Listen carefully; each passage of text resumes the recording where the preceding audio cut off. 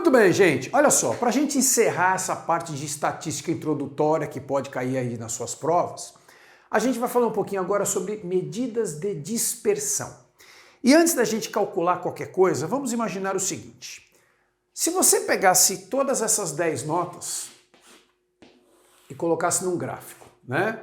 Aqui você tem o número de notas, né? Que no caso são 10, e aqui você tem as notas em si, né?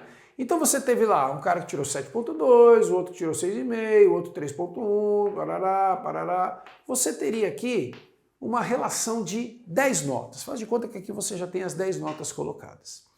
Quando a gente calcula a média, e a gente calculou a média lá no primeiro vídeo, que tinha dado 5.9, né? Se você traçar essa linha passando aqui, ó, pelo 5.9, nós dizemos que essa é a tal da linha média, não é? Muito bem. Só que aí, o que acontece?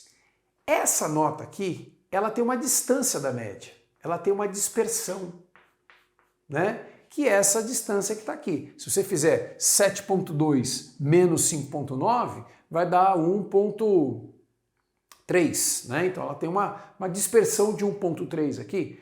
Essa outra aqui já está mais pertinho, né?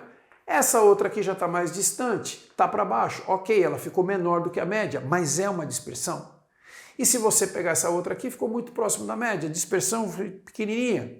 Essa daqui já foi um pouquinho maior, essa daqui já foi maior ainda, e assim vai, né? Tem como a gente medir o quanto essas notas estão dispersas, o quanto essas notas estão longe da sua média. Imagine que você tivesse uma outra situação, onde você tivesse algo assim, né? Você tem aqui as mesmas notas, né? Não as mesmas, mas outras 10 notas, e aqui você teria as notas, e digamos que as notas estivessem todas muito próximas de 5.9. Então, um tirou 5.8, outro tirou 6, 5.9, 5.8, 6, ou seja, as notas muito perto, muito próximas da média.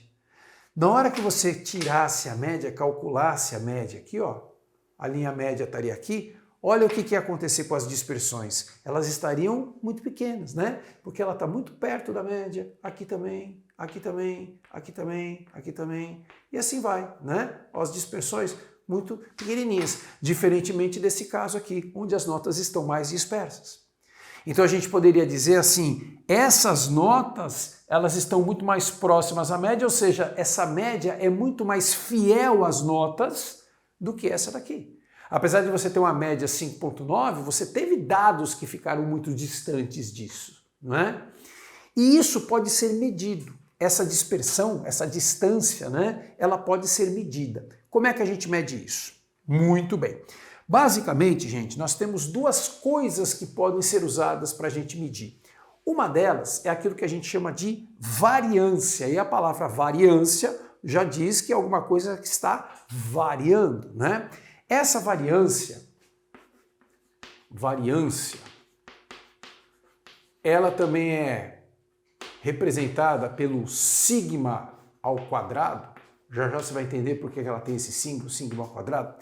O que a gente vai fazer? A gente vai descobrir quanto que os nossos dados se dispersam da média. Então assim, o 7.2, quanto que ele está longe da média? A gente pega 7.2 e subtrai a média, que é 5.9. Aí eu vou somar o 6,5. Bom, 6,5, quanto que ele está longe da média? Eu vou ter que tirar de 5.9. E vou fazendo isso com todos eles, né? O 3.1, quanto que ele está longe? 3.1 menos 5.9, que é a média. E assim vai, até chegar no último, que é, de novo, 7.2 menos a média, que é 5.9. Só que aí tem um problema. Qual que é o problema? O problema é que quando você pega esse número, ele é positivo, porque ó, maior menos o menor vai dar um número positivo.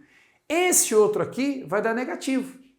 E aí quando você soma esse positivo com esse negativo, acaba compensando um pelo outro, fica uma somatória pequena. Às vezes pequena, próxima de zero, positivo ou negativo, mas você fica com uma somatória próxima de zero. E isso acaba maquiando os dados. Em estatística, dispersão é dispersão, não importa se é para cima ou se é para baixo. Então dispersão a gente tem que garantir que vai ser sempre positivo, que é para a gente não cair nesse problema. Então como é que a gente pode contornar isso daqui? Acharam um jeito, pegaram e elevaram todos esses termos aqui ao quadrado. Por que ao quadrado? Porque certamente esse número aqui, ó, que é negativo, elevado ao quadrado vai dar positivo, não é? O positivo ao quadrado continua sendo positivo, mas para garantir a positividade dos desvios, independente de ser para cima ou para baixo, elevaram-se todo mundo aqui ao quadrado.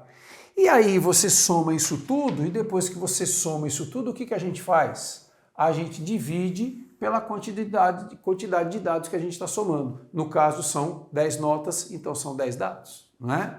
Aí você vai falar assim, nossa, mas caramba, hein? Isso daqui vai dar um número gigante, não é? É uma contaiada, assim, trabalhosa. É verdade, é uma contaiada trabalhosa. Mas calma, isso daqui é só para mostrar para você como é que a gente calcula. Na prática, numa eventual prova, provavelmente os dados que você vai ter para calcular é uma quantidade pequena, às vezes 4, 5 dados, e números muito mais fáceis de trabalhar do que isso daqui, tá? Isso aqui é só para mostrar como é que calcula. Se você jogar isso no Excel, por exemplo, ele faz sozinho, tá? Se você fizer essa conta aqui, você vai descobrir que esse valor aqui, ó, é aproximadamente 3,19, né? Só que aqui tem um problema. Como a gente está tirando ponto de ponto, porque nota a gente conta como ponto, né? 7,2 pontos é o que o cara tirou na prova, né? 6,5 pontos, né? Como a gente elevou tudo ao quadrado, a unidade que a gente vai estar trabalhando aqui seria pontos quadrados. Por mais abstrato que isso seja, né, pontos quadrados, mas o que é isso? É uma unidade que não faz muito parte do nosso dia a dia, então fica uma coisa meio na nuvem assim, né? Mas é uma medida de dispersão, né? Existe uma variância que a gente representa como 3,19, que é quanto mais ou menos na média esses desvios, essas notas estão dispersando-se da média quando elevadas ao quadrado, né? Para contornar esse problema de tirar essa unidade quadrática aqui, o pessoal decidiu então melhorar isso. E aí apareceu uma outra medida que é o chamado desvio padrão. Desvio padrão. Como é que a gente representa o desvio padrão? Só pela letra sigma. E aí percebam que se aqui é sigma ao quadrado e aqui é sigma, então o que é o desvio padrão? É a mesma coisa que pegar esse sigma ao quadrado e extrair a raiz quadrada dele, não é? Então assim, para evitar de trabalhar com essa unidade de pontos quadrados, extrai-se a raiz quadrada disso, né? Extrai-se a raiz quadrada, vai ser a raiz quadrada da variância então, né? E aí, quando você extrai a raiz quadrada de 3,19, você chega num valor aproximado, né, de 1,78. Aí a gente usa a unidade sem o quadrado, 1,78 pontos, né? 1,78 pontos. Isso daqui é o que a gente chama de desvio padrão, certo? Então, variância, né, são todas as diferenças em relação à média, tudo ao quadrado dividido pelo total de dados. E depois que você extrai a raiz quadrada disso, você chega no desvio padrão, certo? Beleza? Gente, isso daqui é o beabá de estatística que eventualmente pode aparecer para você. Espero que você tenha compreendido. Até a próxima e tchau. Tchau!